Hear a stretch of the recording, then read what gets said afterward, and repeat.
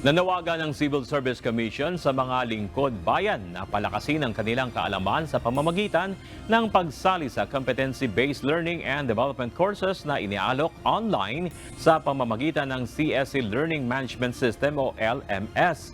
Ayon kay CSC Chairperson Carlo Nograles, ang LMS ay isang online platform na itinatag ng Civil Service Institute na nagsisilbing one-stop shop para sa mga civil servant na nais mapalakas ang kanilang leadership at human resource management skills.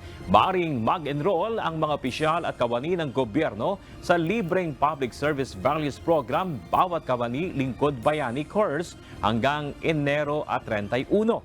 Ang mga kalahok na nakumpleto ang kinakailangang requirements para sa online courses ay tatanggap ng e-Certificate of Completion na may angkop na bilang ng oras ng leadership at managerial training.